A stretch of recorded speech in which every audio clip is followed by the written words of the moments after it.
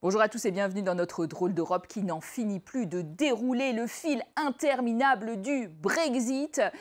Aux dernières nouvelles, les Européens ont accordé une flextension aux Britanniques pour organiser leur sortie de l'Union européenne avant le 31 janvier au plus tard. Quant à Boris Johnson, le Premier ministre, il a obtenu de son Parlement de Westminster d'organiser des élections générales au 12 décembre prochain, élection qu'il espère bien remporter. Notre invité du jour est un historien, un sociologue et philosophe britannique, Theodore Zeldin.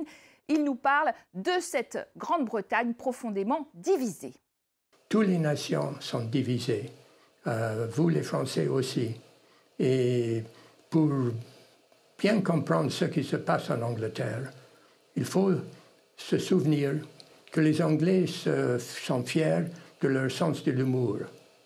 Et qu'est-ce que ça veut dire? Il y a plusieurs formes de sens de l'humour que les ministres et les membres de la Commission européenne n'ont pas bien saisi, il me semble.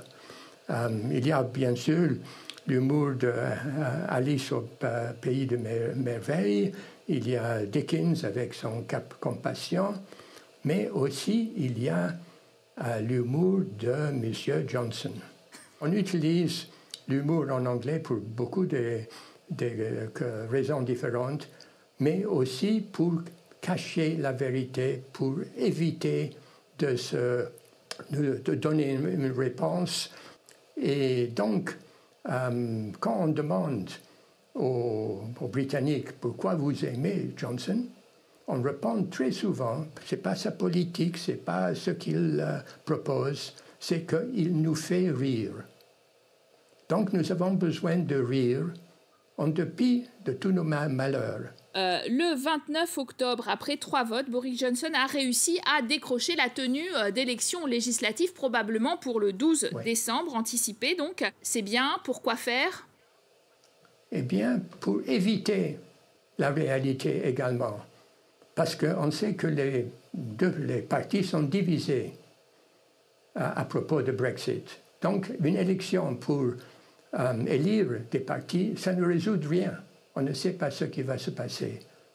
Et on refuse le référendum parce qu'on ne veut pas une réponse claire.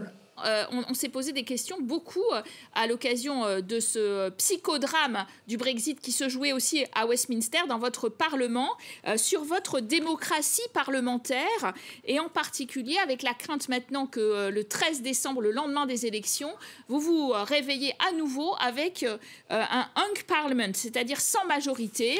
Le système parlementaire ne représente pas les opinions des gens individuellement.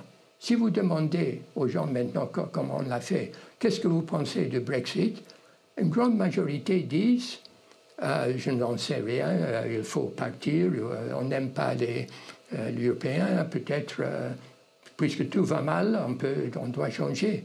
Mais on ne connaît pas qu'est-ce que c'est le Brexit. Le document de M. Johnson, c'est de 600 pages. Personne n'a lu ces 600 pages. Qu'est-ce que ça va donner? On ne sait pas. Et Johnson a essayé d'obliger le Parlement de le approuver en 2 jours. Et le Brexit est une réponse que le Parlement était incapable de transmettre. Une réponse de dégoût avec la vie, la difficulté de la vie, les inégalités extraordinaires. Theodore Zeldin, environ 70 000 Juifs ont fui les régions d'Europe occupées par les nazis en direction du Royaume-Uni à l'aube de la Seconde Guerre mondiale. Aujourd'hui, un nombre croissant de leurs descendants fait appel à une clause dans la Constitution allemande qui leur permet de récupérer la nationalité allemande dont ils ont été dépouillés par le Troisième Reich. Une position pour le moins inconfortable, paradoxale. Absolument, mais j'ai un ami, un réalisateur de films célèbres, qui a obtenu un passeport allemand parce que ses parents étaient artistes allemands qui ont déménagé en Pays de Galles. Et moi aussi, je vais, si le Brexit est mis en œuvre, je vais demander la nationalité française. Et mon épouse va demander la nationalité irlandaise parce que ses parents viennent de là. Les savants, tous les artistes ont besoin d'être internationaux. Cette idée de nous couper du monde est absolument impossible pour nous. Et en effet, de plus en plus de Britanniques demandent une nationalité de l'Union européenne. De 2000 en 2015, ils sont passés à 15 000 en 2017 et les chiffres continuent à grimper.